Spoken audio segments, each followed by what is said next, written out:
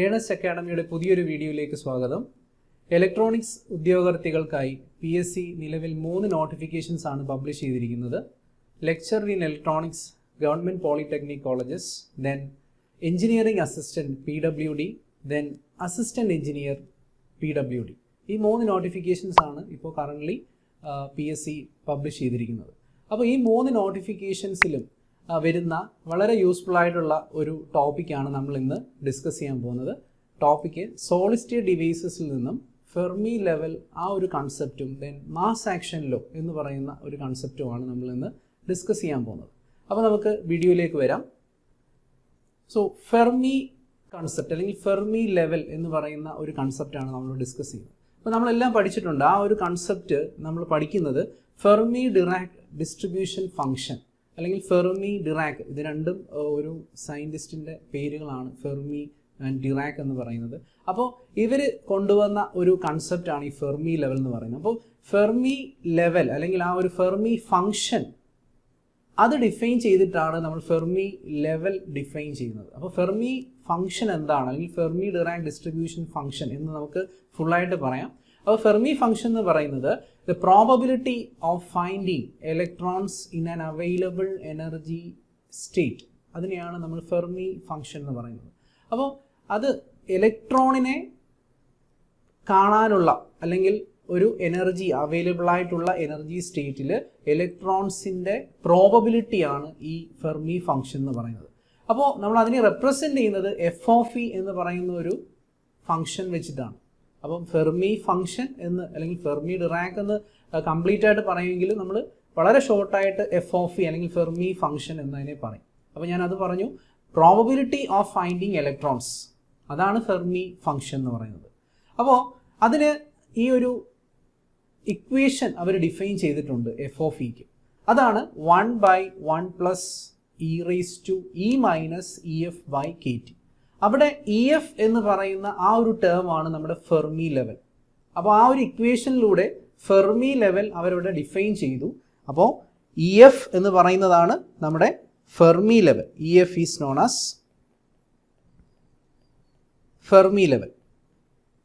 അപ്പോൾ ഇവിടുന്ന് നമുക്ക് ഫെർമി ലെവലിൻ്റെ കംപ്ലീറ്റ് കൺസെപ്റ്റ് ഈ ഒരു ഇക്വേഷനിൽ നിന്നും പറയാൻ പറ്റില്ല. സോ നമുക്ക് ആ ഒരു ഇക്വേഷനെ അനലൈസ് ചെയ്ത് EF എന്താണെന്നുള്ളത് പഠിക്കാം. അപ്പോൾ ഇവിടെ f(e) എന്ന് പറയുന്ന ആ ഒരു റിലേഷനിൽ EF മാത്രമല്ല E ഉണ്ട്. E എന്ന് പറയുന്നത് അവൈലബിൾ എനർജി സ്റ്റേറ്റ് ആണ്. അതിനെയാണ് നമ്മൾ E വെച്ചിട്ട് റെപ്രസെൻ്റ് ചെയ്തേക്കുന്നത്.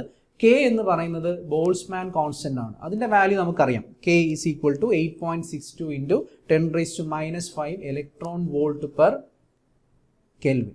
കാരണം ഇത് നമ്മൾ സ്കൂളിലൊക്കെ പഠിച്ചിട്ടുള്ള ആ ഒരു വാല്യൂ എന്ന് പറയുന്നത് 1.38 × 10⁻23 ജൂൾസ് പെർ കെൽവിൻ ആണ്. നമ്മൾ സെമി കണ്ടക്ടേഴ്സ് പഠിക്കുമ്പോൾ എല്ലാ ഇലക്ട്രോൺ വോൾട്ടിനാണ് നമ്മൾ എനർജി ഗ്യാപ്പിനെയൊക്കെ റെപ്രസെൻ്റ് ചെയ്യുന്നത്.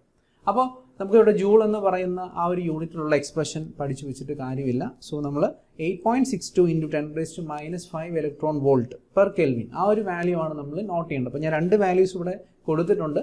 അപ്പം EF എന്ന് പറയുന്നത് നമ്മുടെ ഫെർമി ലെവലാണ്, T അബ്സല്യൂട്ട് ടെമ്പറേച്ചർ ആണ്. അപ്പോൾ ഈ ഒരു ഇക്വേഷനിൽ നിന്ന് നമുക്ക് മനസ്സിലാവേണ്ട ഒരു കാര്യമുണ്ട്. ഫെർമി ഫംഗ്ഷൻ എന്ന് പറയുന്നത് ആ ഒരു T-യുമായിട്ട് ഡിപ്പെൻഡൻ്റ് ആണ്. അപ്പോൾ EF T ഇങ്ങനെ കുറച്ച് ടേംസ് അതിനകത്ത് കൊടുത്തിട്ടുണ്ട്. K നമുക്കറിയാം ബോൾസ്മാൻ കോൺസ്റ്റൻ്റ് ആണ്. അപ്പോൾ ഫെർമി ലെവൽ എന്ന് പറയുന്ന ആ ഒരു കൺസെപ്റ്റിലേക്ക് വരുന്നതിന് മുമ്പ് നമുക്ക് ഈ ഒരു ഫെർമി ഫംഗ്ഷൻ്റെ ടെമ്പറേച്ചർ ഡിപ്പെൻഡൻസ്, നമുക്ക് ഒരുപാട് ചോദ്യങ്ങൾ ആ ഒരു ഏരിയയിൽ നിന്ന് ഫെർമി ലെവലും ടെമ്പറേച്ചറും ഫെർമി ലെവലും ഡോപ്പിംഗ് ഈ രീതിയിലാണ് എക്സാമിന് ചോദിക്കുന്നത്. അപ്പോൾ നമുക്ക് ആ ഫെർമി ഇക്വേഷൻ ഞാൻ ഡിഫൈൻ ചെയ്തു. ദെൻ നമുക്ക് അടുത്തത് temperature dependence on this Fermi function, അതാണ് നമ്മൾ പഠിക്കാൻ പോകുന്നത്. സോ അതിലേക്ക് പോവാം. അപ്പോൾ ആ ഒരു ടെമ്പറേച്ചർ ഡിപ്പെൻഡൻസ് അല്ലെങ്കിൽ ആ ഒരു ഫെർമി ലെവലും നമ്മുടെ ആ ഒരു ഫെർമി ഫംഗ്ഷന് ടെമ്പറേച്ചറിനനുസരിച്ചുള്ള ആ ഒരു ഡിപ്പെൻഡൻസ് എങ്ങനെയാണെന്ന് നമുക്ക് നോക്കാം.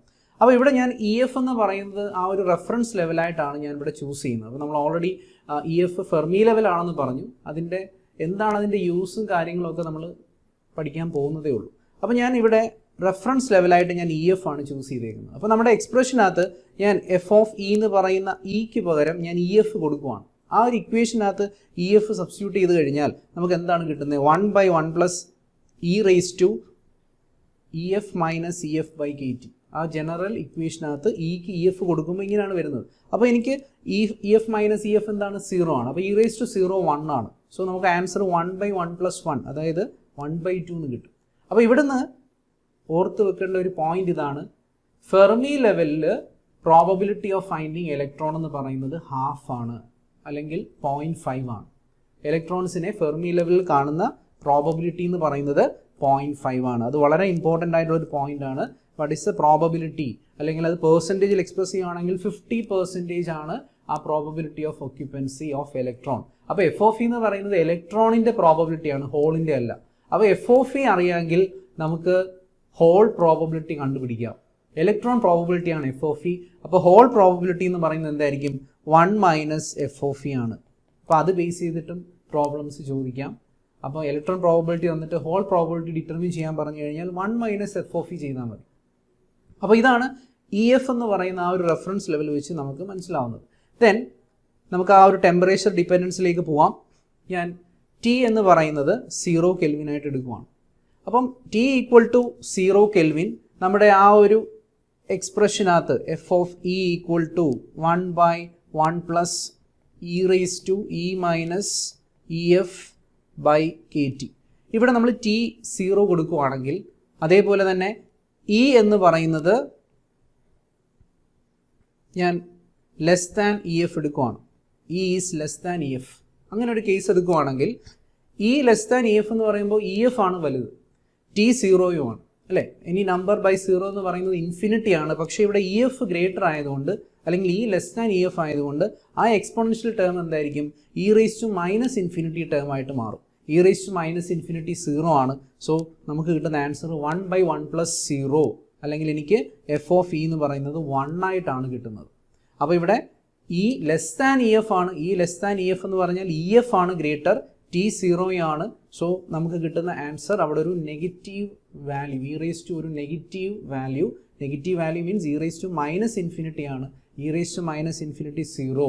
സോ എനിക്ക് കിട്ടുന്ന വാല്യൂ എന്താണ്? 1/1 + 0 ദാറ്റ് ഈസ് 1. അതിൻ്റെ മീനിങ് എന്താണ്?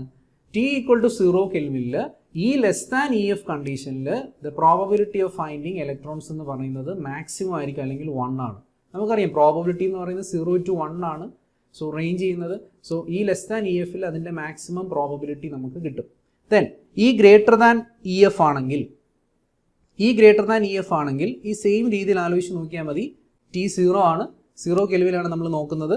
അപ്പോൾ ഈ ലെസ് ദാൻ ഇ എഫ് പറഞ്ഞതുപോലെ ഈ ഗ്രേറ്റർ ദാൻ ഇ എഫ് ആണെങ്കിൽ ഈ ഗ്രേറ്റർ ഇ എഫ് വന്നു കഴിഞ്ഞാൽ നമുക്കവിടെ +∞ വരുന്നത്. e⁻∞ ഇൻഫിനിറ്റി ആണ്.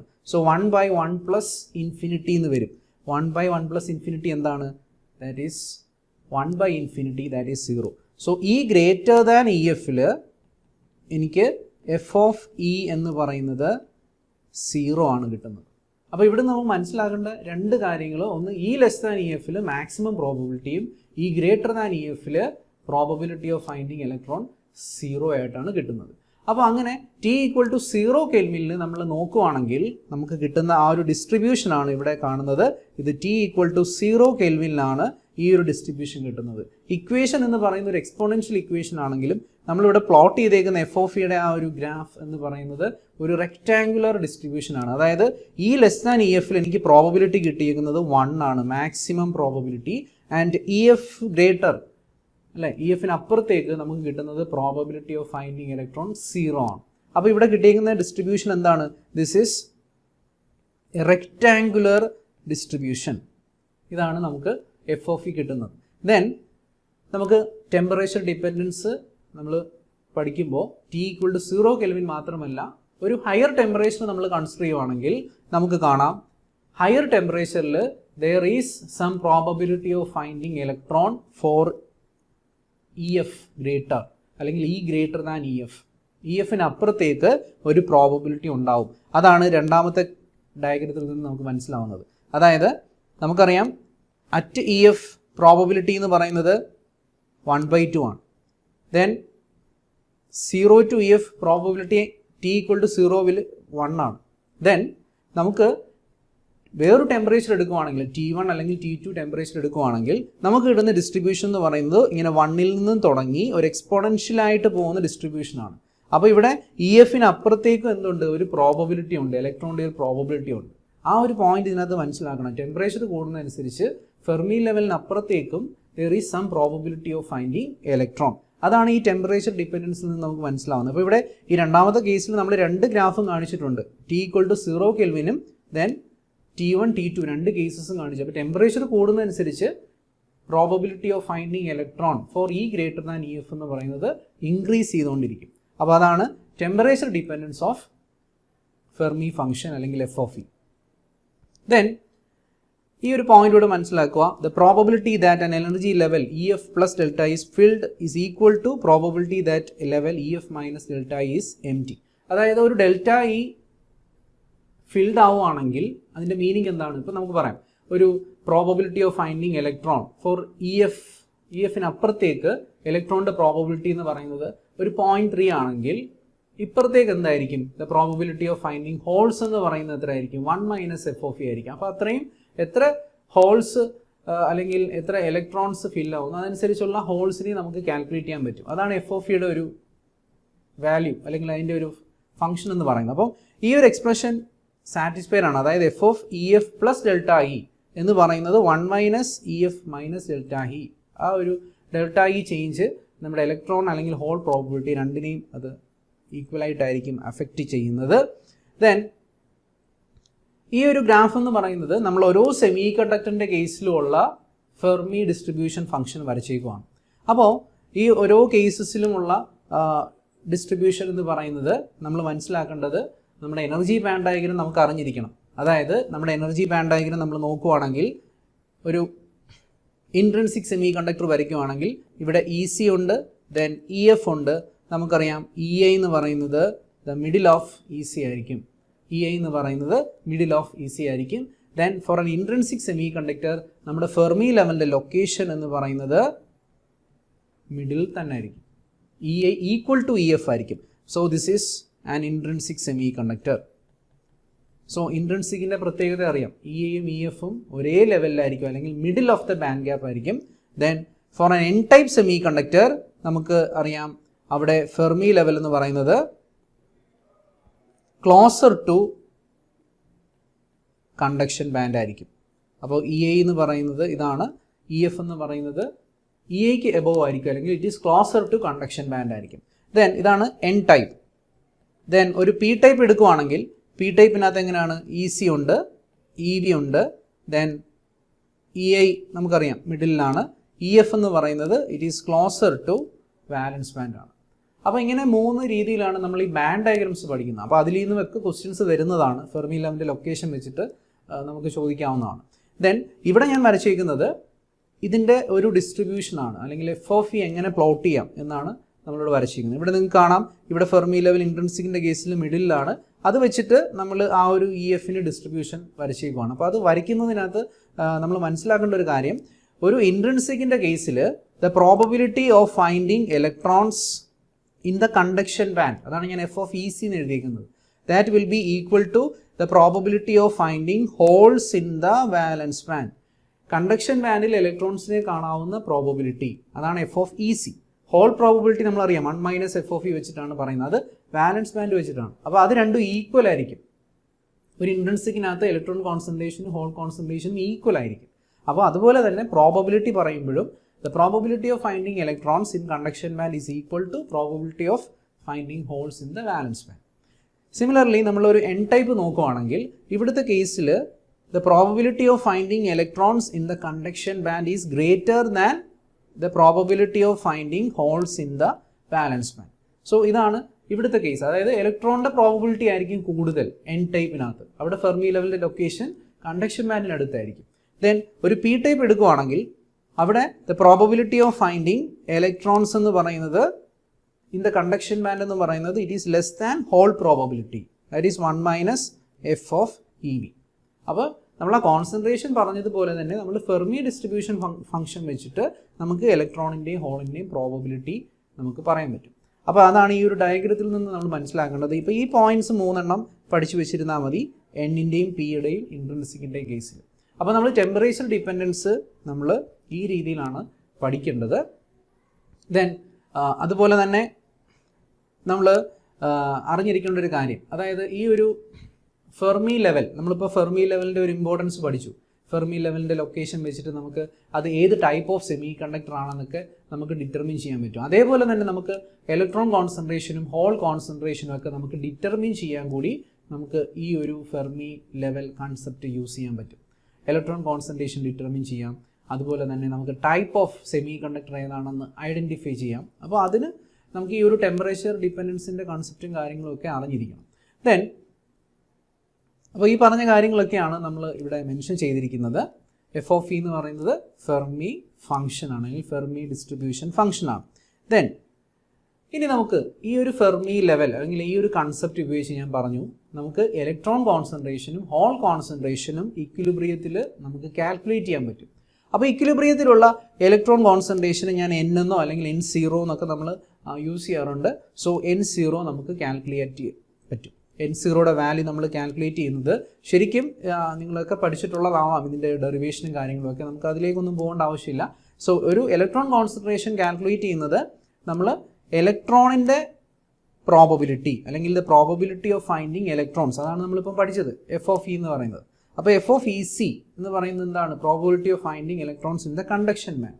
അതിനെ നമ്മുടെ എഫക്റ്റീവ് ഡെൻസിറ്റി ഓഫ് സ്റ്റേറ്റ്സ് കൊണ്ട് മൾട്ടിപ്ലൈ ചെയ്താൽ മതി. അതായത് എഫക്റ്റീവ് ഡെൻസിറ്റി നമ്മൾ N വെച്ചിട്ടാണ് റെപ്രസെൻറ്റ് ചെയ്യുന്നത്, ദാറ്റ് ഈസ് NC. അപ്പം എഫ് ഓഫ് ഇ സിയെ NC കൊണ്ട് മൾട്ടിപ്ലൈ ചെയ്താൽ നമുക്ക് ഇലക്ട്രോണിൻ്റെ കോൺസെൻട്രേഷൻ ഇക്വിലിബ്രിയത്തിലുള്ളത് കാൽക്കുലേറ്റ് ചെയ്യാം. അപ്പോൾ ഇത് ഞാൻ എഫ് ഓഫ് ഇ സി ഒക്കെ ഡിറ്റർമിൻ ചെയ്ത് അല്ലെങ്കിൽ അത് ഇതിനകത്തോട്ട് സബ്സ്റ്റിറ്റ്യൂട്ട് ചെയ്താൽ നമുക്ക് Nൻ്റെ വാല്യൂ കിട്ടും, അല്ലെങ്കിൽ N0 അല്ലെങ്കിൽ N എന്ന് പറയുന്ന ആ ഒരു വാല്യൂ കിട്ടും. അപ്പോൾ ഈ റിലേഷൻ വളരെ ഇമ്പോർട്ടൻ്റ് ആയിട്ടുള്ള റിലേഷനാണ്, നമ്മൾ പഠിച്ചിട്ടുള്ളതാണ്. NC എന്ന് പറയുന്നത് എന്താണ്? NC ഈസ് ഇവിടെ നമ്മൾ മെൻഷൻ ചെയ്തിട്ടുണ്ട് density of States in the conduction band. Then NV എന്ന് പറയുന്നത് സിമിലർലി ഹോൾസിൻ്റെ കേസിലാണ്, that is the density of States in the valence band. അപ്പോൾ ഇതുപോലെ നമുക്ക് P0 എഴുതാം, ഹോൾ പ്രോബബിലിറ്റിയാണ്. അപ്പോൾ അത് 1 minus F of E V, ഇതാണ് hole probability multiplied with NV. അപ്പം ഈ ഇക്വേഷൻ വെച്ചിട്ട് എനിക്ക് P കണ്ടുപിടിക്കാം, ഈ ഇക്വേഷൻ വെച്ചിട്ട് എനിക്ക് N കണ്ടുപിടിക്കാം. അങ്ങനെയാണ് ഈ രണ്ട് റിലേഷൻസ് വരുന്നത്, N-ഉം P-യും, ഇലക്ട്രോൺ കോൺസെൻട്രേഷനും ഹോൾ കോൺസെൻട്രേഷനും നമ്മൾ ഈ രീതിയിലാണ് കണ്ടുപിടിക്കുന്നത്. ഓക്കെ, ഇക്വിലിബ്രിയത്തിലുള്ളത്. അപ്പോൾ നമ്മൾ ഇലക്ട്രോൺ കോൺസെൻട്രേഷനും ഹോൾ കോൺസെൻട്രേഷനും ഡിറ്റർമിൻ ചെയ്യാൻ യൂസ് ചെയ്തത് ഈ ഫെർമി ഫംഗ്ഷനാണ്. ഓക്കെ, ദെൻ വളരെ ഫേമസ് ആയിട്ടുള്ള ഒരു ലോ ആണ് ഈ മാസ് ആക്ഷൻ ലോ. ഇക്വിലിബ്രിയത്തിലുള്ള ഇലക്ട്രോൺ ഹോൾ കോൺസെൻട്രേഷനെ നമുക്ക് ഇൻട്രിൻസിക് കാരിയർ കോൺസെൻട്രേഷനുമായിട്ട് റിലേറ്റ് ചെയ്യാവുന്ന ലോ ആണ് മാസ് ആക്ഷൻ ലോ. അപ്പോൾ അവിടെ വളരെ ഇമ്പോർട്ടൻ്റ് ആണ്. This is under thermal equilibrium. Equilibrium കണ്ടീഷനിലാണ് ഇത് ഡിഫൈൻ ചെയ്യുന്നത്, അത് വളരെ ഇമ്പോർട്ടൻ്റ് ആണ്. ഓക്കെ, ലോ ഇതാണ് പറയുന്നത്, the product of electron concentration and hole concentration, ഇവിടെ ഞാൻ N ഇൻറ്റു P ആണ്, അല്ലെങ്കിൽ N0 P0 is equal to square of intrinsic carrier concentration. N0 എന്ന് പറയുന്നത് ഇക്വിലിബ്രിയത്തിലുള്ള ഇലക്ട്രോൺ കോൺസെൻട്രേഷൻ, P0 എന്ന് പറയുന്നത് ഇക്വിലിബ്രിയത്തിലുള്ള ഹോൾ കോൺസെൻട്രേഷൻ. ദാറ്റ് പ്രോഡക്റ്റ് എന്ന് പറയുന്നത് എന്തിന് ഈക്വൽ ആയിരിക്കും? സ്ക്വയർ ഓഫ് ഇൻട്രിൻസിക് കാരിയർ കോൺസെൻട്രേഷന് ഈക്വൽ ആയിരിക്കും. ഇതാണ് മാസ് ആക്ഷൻ ലോ പറയുന്നത്. അപ്പം ഇത് യൂസ് ചെയ്തിട്ട് നമുക്ക് മെജോറിറ്റി കാരിയർ കോൺസെൻട്രേഷനും മൈനോറിറ്റി കാരിയർ കോൺസെൻട്രേഷനും ഒക്കെ നമുക്ക് ഡിറ്റർമിൻ ചെയ്യാം. ഓക്കെ, ദെൻ നമുക്ക് ഫെർമി ലെവൽ ലൊക്കേഷൻ ഡിറ്റർമിൻ ചെയ്യാനുള്ള ഇക്വേഷൻസ് കൂടി ഒന്ന് നോട്ട് ചെയ്യണം. അപ്പോൾ ഞാൻ നേരത്തെ പറഞ്ഞ രണ്ട് ഇക്വേഷൻസ് ഉണ്ട്, അതായത് N-ൻ്റെയും P-യുടെയും രണ്ട് relations. N is equal to NC into E raise to EF minus EC by KT. Then P is equal to NV into E raise to EV minus EF by KT. ഇത് രണ്ടും നമ്മുടെ NCയും NVയും relate ചെയ്തിട്ടുള്ള ഇലക്ട്രോണിൻ്റെയും ഹോളിൻ്റെയും equations ആണ്. Then അതേപോലെ തന്നെ നമുക്ക് രണ്ട് equations കൂടി നമുക്ക് ഡെറൈവ് ചെയ്യാൻ പറ്റും. അതായത് ഒന്ന് N is equal to NI ഞാൻ പറഞ്ഞു ഇൻട്രിൻസിക് കാരിയർ കോൺസെൻട്രേഷൻ ആണ്, E raise to EF minus EI by KT. And P is equal to NI into E raise to EI minus EF by KT. അപ്പോൾ ഇത് രണ്ടും അല്ലെങ്കിൽ ഈ 4 equations, അതിൽ ഈ രണ്ട് ഇക്വേഷൻസ് ആണ് വളരെ കോമൺ ആയിട്ട് നമ്മൾ ഫെർമി ലെവൽ ഇക്വേഷൻസ് കണ്ടുപിടിക്കാൻ യൂസ് ചെയ്യാറുള്ളത്. കാരണം നമുക്ക് ഇപ്പോൾ ഒരു സിലിക്കൺ സെമി കണ്ടക്ടർ എടുക്കുകയാണെങ്കിൽ നമുക്ക് NIയുടെ വാല്യൂ 300 കെൽവിൻ അല്ലെങ്കിൽ റൂം ടെമ്പറേച്ചറിലുള്ള NIയുടെ വാല്യൂ സിലിക്കണിൻ്റെ കേസിൽ നമുക്ക് അറിയാവുന്നതാണ്. അതുകൊണ്ടാണ് നമ്മൾ ഈ രണ്ട് ഇക്വേഷൻസ് വളരെ ഇമ്പോർട്ടൻ്റ് ആണെന്ന് പറഞ്ഞത്. സോ NIയുടെ value 1.5 into 10⁻10 centimetre raise to -3, ഇതാണ് NIയുടെ വാല്യൂ. അത് ഓൾറെഡി ഡിഫൈൻ ചെയ്ത് വെച്ചേക്കുന്ന വാല്യൂസ് ആണ്. അപ്പോൾ നമുക്ക് അത് സബ്സ്റ്റിറ്റ്യൂട്ട് ചെയ്ത് വളരെ ഈസി ആയിട്ട് നമുക്ക് ഫെർമി ലെവൽ ലൊക്കേഷൻ കണ്ടുപിടിക്കാം. NC NV ഒക്കെ വളരെ റെയർ ആയിട്ടാണ് നമ്മൾ ആ ഒരു ടൈപ്പ് ക്വസ്റ്റ്യൻസ് ഒക്കെ ചോദിക്കാറുള്ളത്. അപ്പോൾ ഈ രണ്ട് റിലേഷൻസ് ആണ് ഫെർമി ലെവൽ ഇക്വേഷന് നമ്മൾ കോമൺ ആയിട്ട് യൂസ് ചെയ്യുന്നത്. ഇപ്പോൾ ഒരു N ടൈപ്പ് ആണ് തന്നെങ്കിൽ ഫസ്റ്റ് ഇക്വേഷൻ യൂസ് ചെയ്യാം, ഒരു P ടൈപ്പ് ആണെങ്കിൽ രണ്ടാമത് ഇക്വേഷൻ യൂസ് ചെയ്യാം. അപ്പോൾ ഫെർമി ലെവൽ ലൊക്കേഷൻ ഡിറ്റർമിൻ ചെയ്യുന്നത് ഈ മെത്തേഡ് വെച്ചിട്ടാണ്. അപ്പോൾ നമ്മൾ പഠിച്ചത് ഇതാണ്, ഒരു ഫെർമി ലെവൽ കൺസെപ്റ്റ് എന്താണ്, ഒരു EF എന്ന് പറയുന്ന ഫെർമി ലെവൽ എന്താണ്, ദെൻ അതേപോലെ തന്നെ ഫെർമി ഫംഗ്ഷന് നമ്മുടെ ടെമ്പറേച്ചറുമായിട്ടുള്ള ഡിപ്പെൻഡൻസ് എന്താണ്, ഈ ഒരു ഫെർമി ഡിസ്ട്രിബ്യൂഷൻ ഫംഗ്ഷൻ വെച്ചിട്ട് നമുക്ക് ഇലക്ട്രോൺ ഹോൾ കോൺസെൻട്രേഷൻ ഡിറ്റർമിൻ ചെയ്യാൻ പറ്റും. ദെൻ ഈ ഇക്വിലിബ്രിയത്തിലുള്ള ഇലക്ട്രോൺ ഹോൾ കോൺസെൻട്രേഷൻ ഒരു റിലേഷൻ കൂടി നമ്മൾ പഠിച്ചു. എന്താണത്? Mass action law, that is N × P = NI². അപ്പോൾ നമുക്ക് ഈ റിലേഷൻ യൂസ് ചെയ്തിട്ട് നമുക്ക് നമ്മുടെ മൈനോറിറ്റി കാരിയർ കോൺസെൻട്രേഷനൊക്കെ ഡിറ്റർമിൻ ചെയ്യാൻ നമ്മൾ യൂസ് ചെയ്യുന്നത് ഈ ഒരു റിലേഷനാണ്. തന്നേക്കുന്ന ഡോപ്പിംഗ് ഒക്കെ വെച്ചിട്ട് നമുക്ക് മെജോറിറ്റി കണ്ടുപിടിക്കാൻ പറ്റും. മൈനോറിറ്റി നമ്മൾ ഡിറ്റർമിൻ ചെയ്യുന്നത് ഈ ഒരു മാസ് ആക്ഷൻ ലോ വെച്ചിട്ടാണ്. അപ്പോൾ നമ്മൾ ഇന്ന് പഠിച്ച ആ ഒരു ടോപ്പിക് എന്ന് പറയുന്നത് നമ്മൾ ഈ പറഞ്ഞ 3 എക്സാമിനും കോമൺ ആയിട്ട് വരുന്ന, അല്ലെങ്കിൽ ഒരു ഇലക്ട്രോണിക്സ് എക്സാമിനേഷനും കോമൺ ആയിട്ട് വരുന്ന ഒരു ക്വസ്റ്റ്യൻ ആണ് ഫെർമി ലെവൽ എന്ന് പറയുന്നത്. അപ്പോൾ അതിനകത്ത് നമ്മൾ പല ക്വസ്റ്റ്യൻസും കണ്ടിട്ടുണ്ട്. ടെമ്പറേച്ചർ ഡിപ്പെൻഡൻസ് ഫെർമി ഫംഗ്ഷനുമായിട്ട് എങ്ങനെയാണ്, ഡോപ്പിംഗ് ഡിപ്പെൻഡൻസ് എങ്ങനെയാണ്, ഇങ്ങനെ പല രീതിയിൽ നമുക്ക് ഫെർമി ഫംഗ്ഷൻ റിലേറ്റ് ചെയ്തിട്ട് ചോദ്യങ്ങൾ ചോദിക്കാറുണ്ട്. ഈവൻ മാസ് ആക്ഷൻ ലോ വെച്ചിട്ടുള്ള വളരെ സിമ്പിളായിട്ടുള്ള പ്രോബ്ലംസ് നമുക്ക് ചോദിക്കാറുണ്ട്. അപ്പോൾ ഇതിനൊക്കെ വേണ്ടി യൂസ്ഫുൾ ആയിട്ടുള്ള ഒരു ടോപ്പിക്കാണ് നമ്മുടെ ആ സോളിഡ് സ്റ്റേറ്റ് ഡിവൈസസിൻ്റെ ബേസിക് ആയിട്ട് വരുന്ന ഈ കൺസെപ്റ്റ്, ഫെർമി ലെവൽ കൺസെപ്റ്റ്, അതേപോലെ തന്നെ മാസ് ആക്ഷൻ ലോ. അപ്പോൾ അതാണ് നമ്മൾ ഇന്നത്തെ വീഡിയോയിൽ പഠിച്ചത്. അപ്പോൾ നിങ്ങൾക്കിത് ഈ 3 എക്സാംസിനും, ഇത് 3 എക്സാംസ് അല്ല, ഇലക്ട്രോണിക്സ് റിലേറ്റ് ചെയ്തിട്ട് വരുന്ന മിക്ക എക്സാംസിനും യൂസ്ഫുൾ ആയിട്ടുള്ള ഒരു കണ്ടൻ്റാണ് സോളിഡ് സ്റ്റേറ്റ് ഡിവൈസസ് എന്ന് പറയുന്നത്. സോ നമ്മൾ ഈ പറഞ്ഞ 3 എക്സാംസിൻ്റെയും കോഴ്സസ് അത് ബണ്ടിൽ കോഴ്സായിട്ടും സിംഗിൾ കോഴ്സസ് ആയിട്ടും നമ്മുടെ ഏണസ്റ്റ് അക്കാഡമിയിൽ അവൈലബിൾ ആണ്. അപ്പോൾ നിങ്ങൾക്ക് ഈ ക്ലാസ്സുമായിട്ട് ബന്ധപ്പെട്ട് എന്തെങ്കിലും സംശയമോ അല്ലെങ്കിൽ ഈ കോഴ്സുമായിട്ട് ബന്ധപ്പെട്ട് എന്തെങ്കിലും ഡൗട്ട് ഉണ്ടെങ്കിൽ നിങ്ങൾക്ക് താഴെ പറയുന്ന ഗൂഗിൾ ഫോം ഫില്ല് ചെയ്യാം. അതേപോലെ തന്നെ നമ്മുടെ നമ്പേഴ്സിൽ കോൺടാക്റ്റ് ചെയ്യാം. നിങ്ങൾക്ക് ഏണസ്റ്റ് അക്കാഡമി അതിന് വേണ്ടുന്ന ഗൈഡൻസ് തരുന്നതാണ്. അപ്പോൾ നമുക്ക് മറ്റൊരു വീഡിയോയുമായിട്ട് വീണ്ടും കാണാം. അപ്പോൾ അതുവരെ എല്ലാവർക്കും all the best for your exams. Thank you.